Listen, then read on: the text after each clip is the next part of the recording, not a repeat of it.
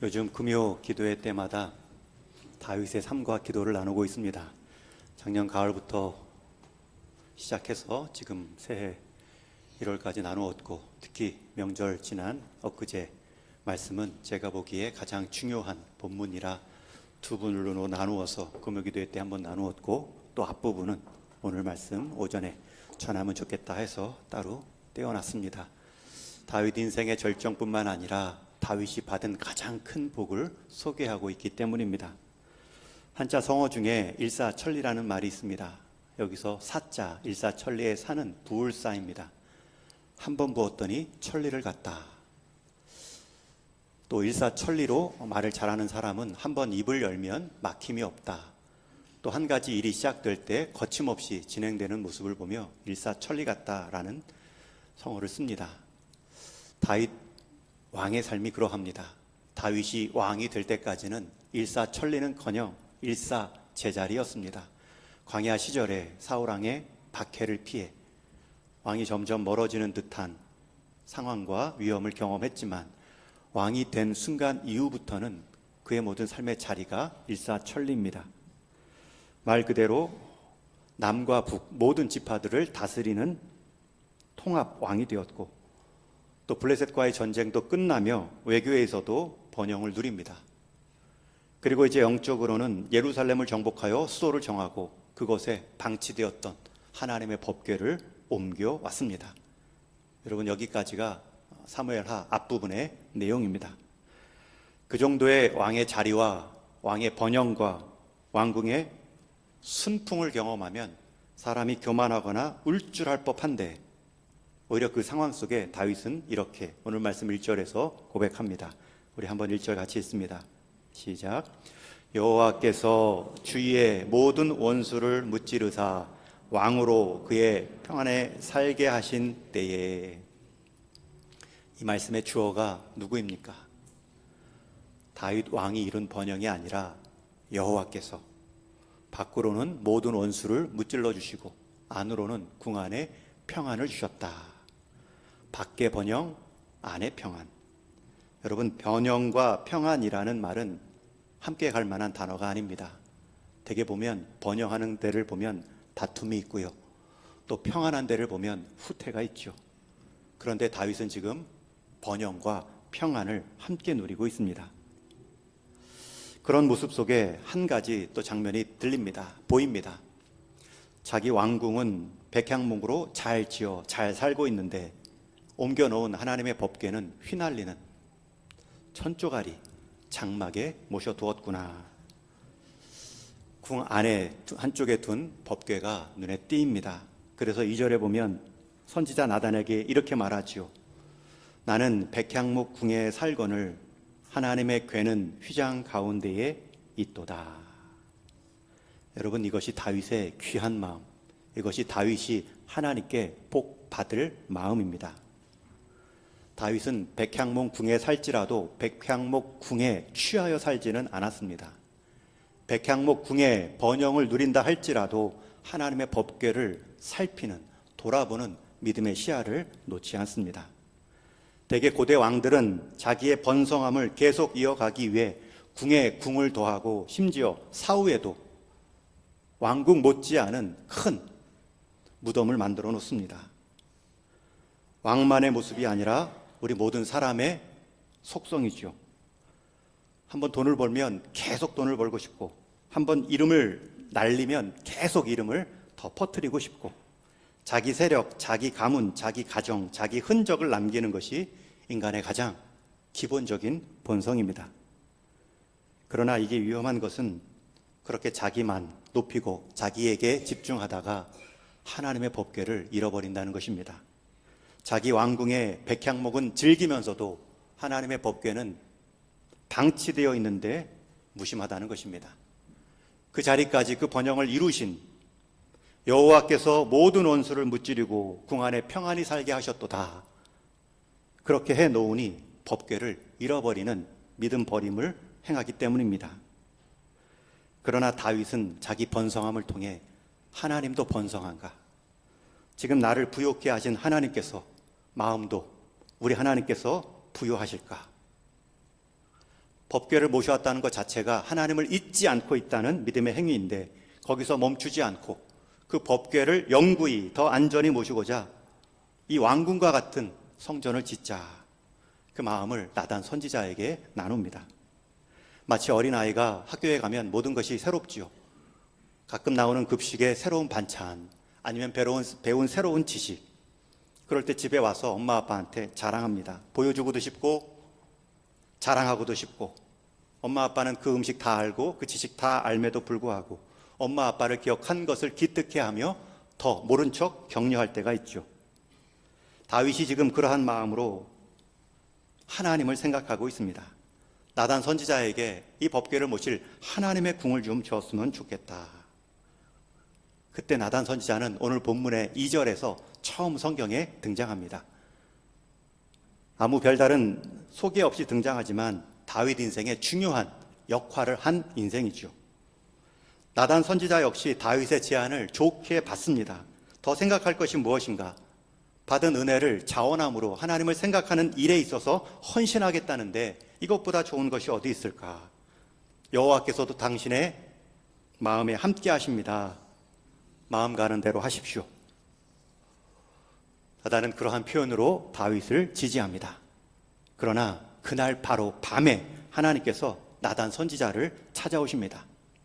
4절 말씀에 보면 그 밤에 바로 오셨다는 거죠.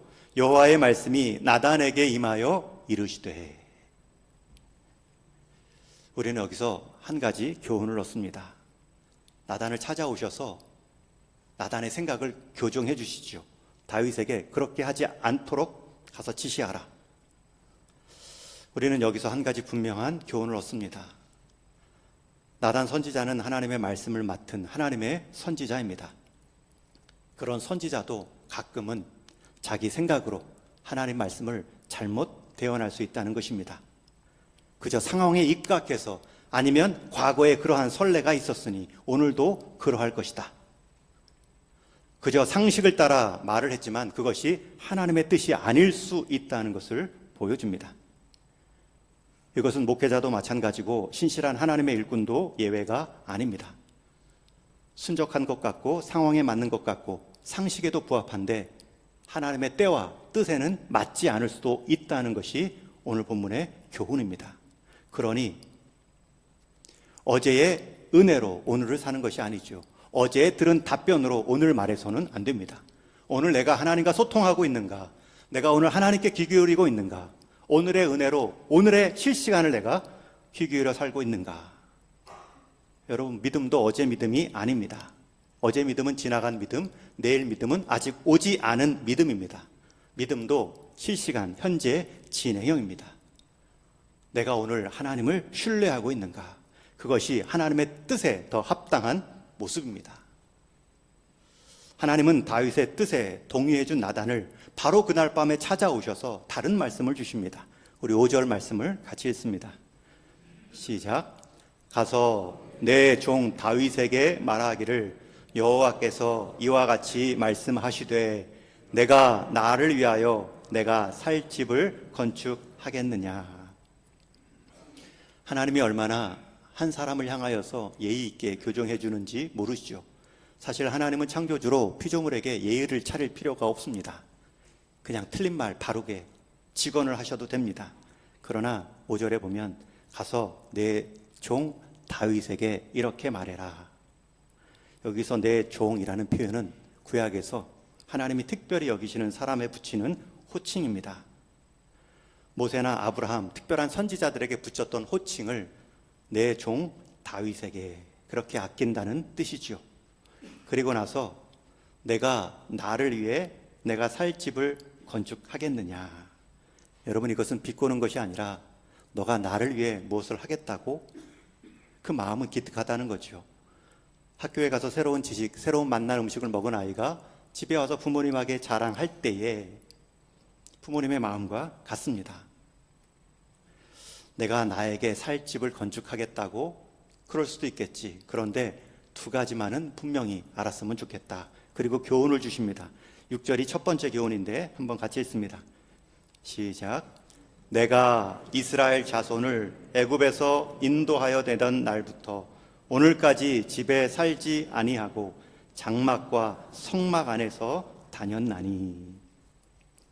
실제로 하나님은 집이 필요하지 않습니다.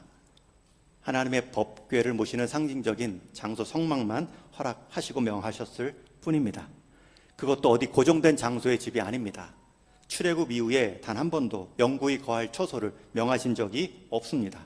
오늘 말씀에도 7절 이하에 보면 이스라엘 어느 지파들 가운데 하나에게 내가 어찌하여 나를 위하여 백향목집을 건축하지 아니하였느냐, 내가 언제 내 집 지어달라 말한 적이 있느냐라는 뜻입니다. 하나님은 성막을 이동용으로 허락하셨습니다. 광야에 이동하시는 이스라엘 백성들과 함께 이동하시기 위함입니다. 언제든지 접었다 폈다 하며 이스라엘 진영 중심에서 그들과 함께 광야를 건너가셨습니다. 요단도 건너가셨고 가나안 정복할 때에도 여리고성을 돌 때에도 법궤를 함께 모시고 지나갔죠. 여러분, 법궤라는 것 자체가 이동성을 특징으로 한 법궤이고요, 그것을 보관하는 장소도 성막도 텐트입니다. 이동용입니다. 그런데 지금 다윗은 그것을 한 곳 성전으로 멈추게 하려 하고 있습니다. 머물게 하려 하고 있습니다. 후에 그렇게 성전이 지어지지요. 지어진 이후에 이스라엘 백성들은 큰 죄를 범합니다. 하나님이 성전에만 계신 줄 알고 그곳에서만 제사만 잘 지내면 되는 줄 알고 성전 밖의 모든 장소에서는 함부로 행동을 하죠. 너가 나를 위해 무엇을 짓겠다고? 너가 나를 위해서 한 곳에 가두어 두겠다고? 그 나머지 장소에서 너 멋대로 살 수도 있다는 위험을 교훈하십니다. 여러분, 하나님은 가둘 수 없는 분, 하나님은 한 곳에 두며 우리가 자유롭게 하나님을 대할 수 없습니다. 두 번째 이유는 8절 이하의 말씀인데 조금 길지만 또 한번 같이 읽습니다. 시작. 내가 너를 목장 곧 양을 따르는 데에서 데려다가 내 백성 이스라엘의 주권자로 삼고 내가 가는 모든 곳에서 내가 너와 함께 있어 내 모든 원수를 내 앞에서 멸하였은즉 땅에서 위대한 자들의 이름같이 내 이름을 위대하게 만들어 주리라. 무슨 말입니까? 길게 읽었지만 다윗, 너가 나를 위해 무엇을 하는 존재가 아니라 내가 다윗 너를 위해 무엇을 하는 존재임을 잊지 마라. 내가 이스라엘의 주권자됨을 잊지 마라. 내가 나를 한 곳에 두고 섬기는 것이 아니라 나는 너가 어디든 갈 때 함께 가는 너 하나님임을 잊지 말아라. 그리고 사례도 말하죠. 내가 무명의 목동에 불과했을 때 내가 너를 불러 왕으로 삼았고 또 너를 통해 이스라엘을 부강하게 했다. 너가 나를 위해 집을 지어준다 말하지만 내가 너를 위해 너를 불러냈고 너를 통해 이스라엘을 부강하게 한 너의 주권자, 이 나라의 주권자임을 잊지 마라. 여러분, 이 두 가지를 우리 모든 하나님을 섬기고 예배하는 우리 헌신된 일꾼들이 기억하셔야 됩니다. 여러분, 우리가 하나님을 위해서 무엇을 해드린다 할 때 해드린 우리의 업적이 하나님을 제한해서는 안 됩니다. 하나님, 제가 이만큼 해드렸으니 하나님 여기 계셔야 됩니다. 제가 대학생 할 때 하나님 섬겼으니 졸업 이후에는 가만히 계셔야 됩니다. 취업할 때까지는 하나님 도와주셔도 취업 이후에는 하나님이 좀 가만히 계셔야 됩니다. 또 우리는 무엇을 하나님을 위해 헌신했다라고 말할 때 감히 내가 하나님을 조종할 수 있는 사람으로 착각하기 쉽습니다. 하나님은 다른 것에 있어서는 기다리시고 양보할지라도 이 자리에서만큼은 분명히 예배와 우선순위를 정해주십니다. 여러분, 하나님을 편하게 대하는 것과 쉽게 대하는 것은 다릅니다. 가끔은 막말하는 목사를 볼 수 있습니다. 하나님도 까불면 내 앞에서 혼난다, 이런 말하는 목사가 있습니다. 큰일 납니다. 하나님을 편하게 대하는 자녀됨의 특권일 수 있지만 그 선을 지키지 못하면 자기가 높아졌다고 해서 자기 높아진 것만 기억하지요. 하나님의 법궤가 어디 있는지, 하나님의 이름의 영광이 어디 있는지 바라보지 못합니다. 물론 하나님은 다윗이 그러하지 않다는 것을 알고 계십니다. 지금 하나님은 다윗을 경고하는 것이 아니라 다윗이 세움받은 그 나라, 그 공동체를 향한 경고의 말씀을 미리 주신 것입니다. 다윗의 중심을 아시는 하나님께서 다윗이 그렇게 할 것이라 생각하지 않습니다. 오히려 임재의 상징, 하나님 말씀의 법궤를 간절히 사모했고 존중하는 그 다윗의 마음을 오히려 헤아리십니다. 그러함에도 하나님은 잊지 않도록 경고하십니다. 마치 아담에게 에덴 동산에서 경고한 것처럼 너와 나 사이를 최소한 가르는, 창조주와 피조물을 가르는 이 선악과만큼은 내가 지키어라. 여러분, 이것은 하나님이 제한시키려는 명령이 아니라 아담을 아담되게 하는, 피조물로서 하나님을 늘 의지하고 바라보게 하는 그 자리를 지키게 하는 배려입니다. 여러분, 우리가 하나님을 높인다라고 말하면서 우리가 하나님을 조종할 수도 있다. 내가 교회를 섬긴다라고 말하면서도 내가 교회를 함부로 대할 수 있다. 내가 헌신한 만큼 내 주장을 할 수 있다라고 말하면 큰일 납니다. 하나님은 그렇게 사랑하시고 아끼셨던 다윗을 향해 교훈하셨고, 그리고 그 마음은 받으시며 축복하십니다. 오늘 본문에서는 왜 다윗에게는 성전 짓는 것을 허락하지 않으셨을까? 이유가 나오지 않지만 다른 성경 본문을 보면 두 가지입니다. 첫 번째는 그 아들 솔로몬이 성전을 짓지요. 그 성전이 완공한 후에 이런 말을 합니다. 열왕기상 5장에 보면 다윗이 사방의 전쟁으로 말미암아 그의 하나님 여호와의 이름을 위하여 성전을 건축하지 못하고, 솔로몬이 아버지 때 건축하지 못한 이유를 여전히 아버지 시대 다윗의 때에는 전쟁이 많았다는 거예요. 그러니 하나님께서 그 전쟁이 많은 다윗에게 다른 곳 전력을 다해 또 마음을 나누지 않도록 배려해 주신 것이죠.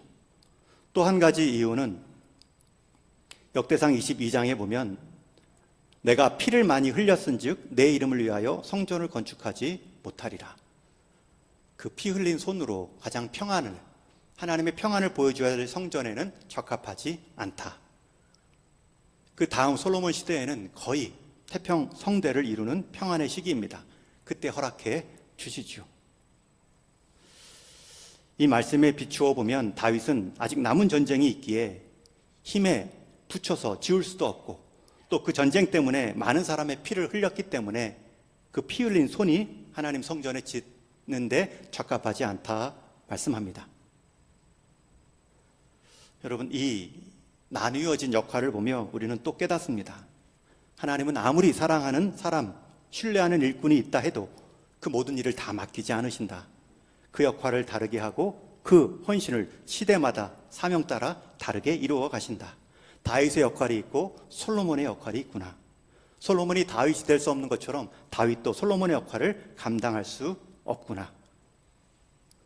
여러분, 이것이 어떻게 보면 우리에게 돌아봐야 될 책망의 말씀이기도 하지만 또 우리에게 우리의 역할만 다 하면 된다, 격려의 말씀일 수도 있습니다. 내가 지금 내게 주어진 자리와 직분에 투신하고 있는가? 돌아보는 말씀일 뿐만 아니라 그 일, 너에게 주어진 환경 안에서 지금 너의 자리만 잘 지켜내는 것도 너의 역할을 최선을 다하는 것이다, 격려의 말씀일 수 있습니다. 주님의 마음을 품고 살아간 그 다윗을 하나님은 마음을 먼저 헤아려 주십니다. 그리고 나서 하나님은 그에게 복을 주시죠. 여러분, 하나님께서 다윗에게 성전 짓는 것을 허락하지 않았다고 해서 딱 손 씻고 모른 척하지 않습니다. 너는 여기까지다 라고 말했을 때 다윗은 흔쾌히 손 털고 일어났지만 내가 못하더라도 후세가 이어갈 수 있도록 모든 성전에 필요한 재료들을 준비해 놓습니다. 물심양면으로 아끼지 않는 열정을 이어갑니다. 그런 다윗을 하나님이 귀하게 여기시죠. 이제는 하나님께서 다윗을 위하여 무언가를 행하십니다. 여러분, 이것을 나누기 위해서 오늘 본문을 따로 떼어놨습니다. 이제 잘 들으셔야 됩니다. 9절 말씀에 보면 내 이름을 위대하게 만들어 주리라. 자기 왕궁 백향목으로 화려한 그 시절을 보낼 때 다윗은 하나님의 법궤를 기억했습니다. 내 백향목처럼 하나님의 집도 백향목으로 지어줘야지. 그러나 하나님은 거절하십니다. 나는 어디 가둘 수 있는 존재가 아니야. 그리고 너가 나를 위해 무엇을 하는 게 아니라 내가 너를 위해 무엇을 하는 거야.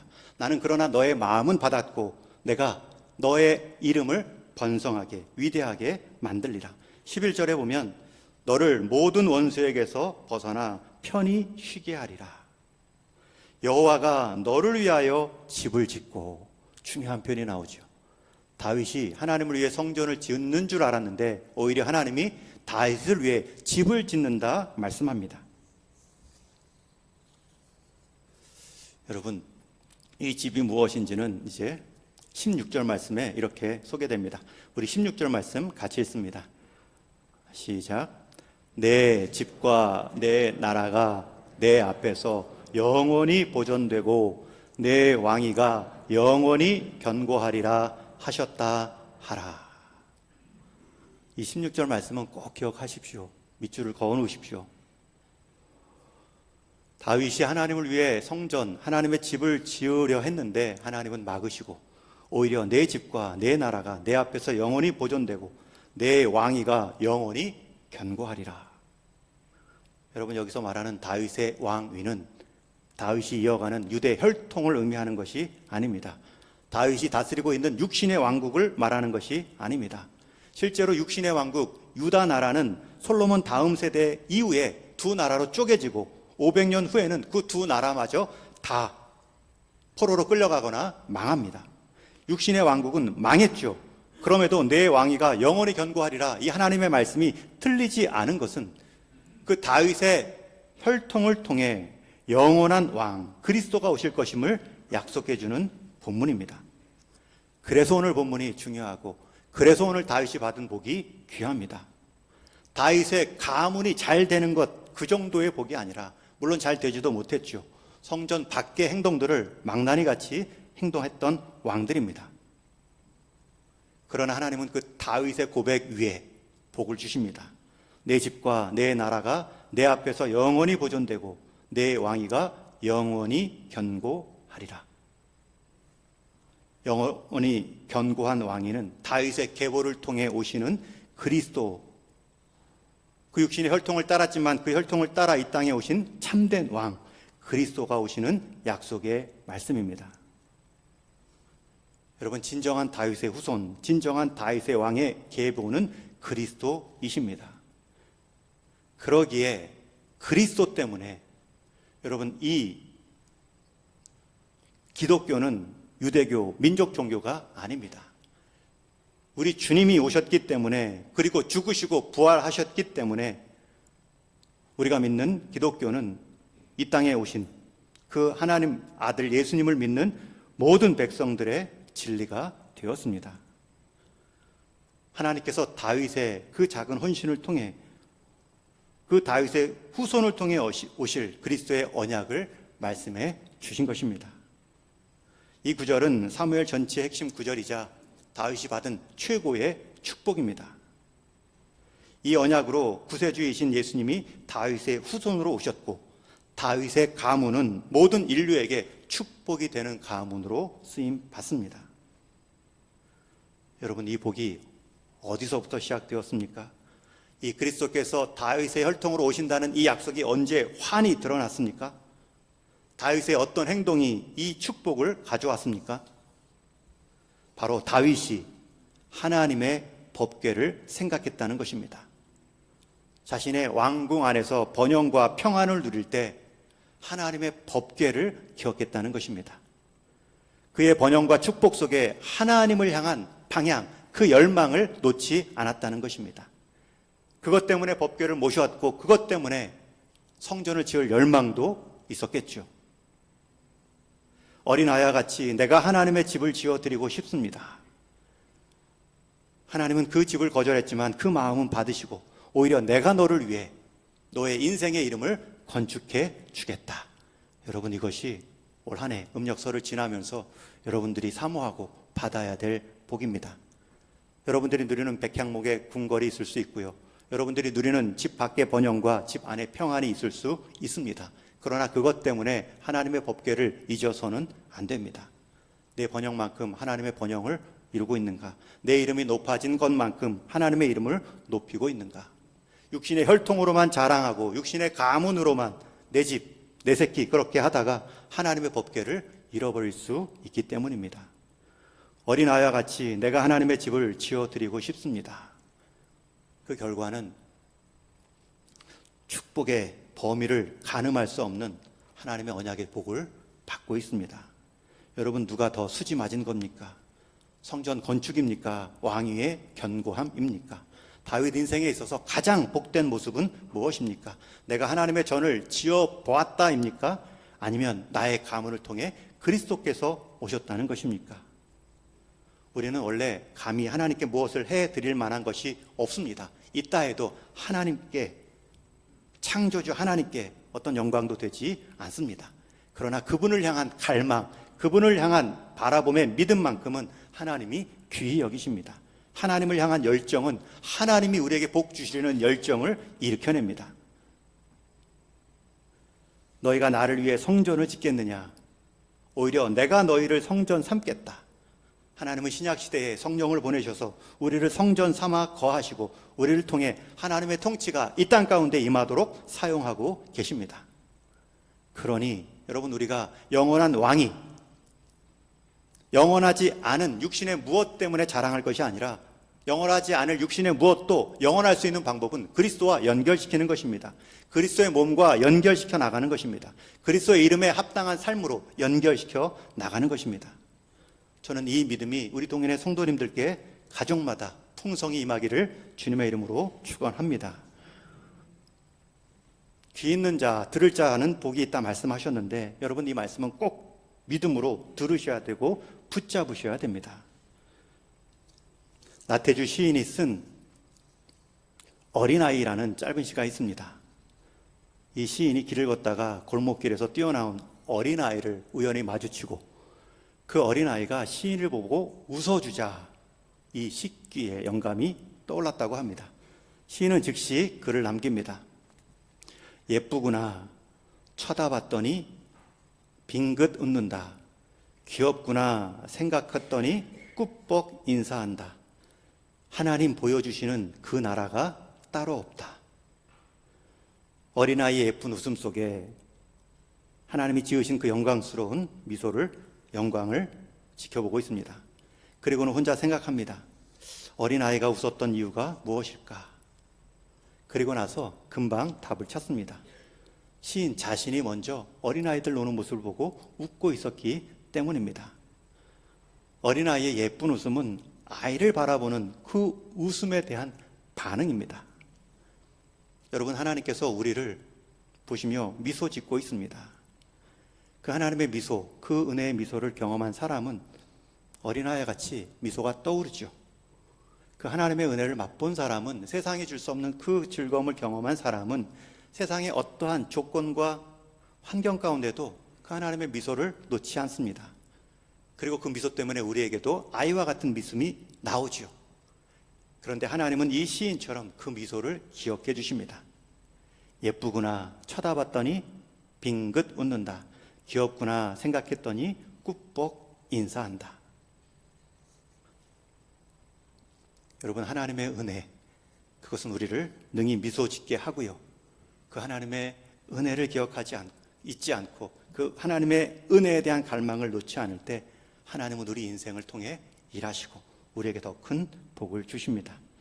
이제 말씀을 맺습니다. 다윗은 하나님을 향한 열정과 갈망을 놓지 않습니다. 너는 아니야, 너는 성전 못 지어 했더니 다음 세대가 지을 수 있도록 그 모든 것들을 준비해 놓습니다. 너 못 짓는다 했더니 삐지고 그럼 안 할게요, 그런 것이 아니라 그 갈망을 가지고 해놓을 수 있는 모든 것들을 해놓지요. 그렇게 함으로 후손들을 향해서도 현재 우리에게 복 주시는 분이 누구이고 이 땅의 진정한 왕이 누구인지를 기억하게 만들고 있습니다. 자신도 다스리는 왕이지만 나도 다스림 받는 참된 왕이 있다라는 것을 법궤를 통해 증거하고 있습니다.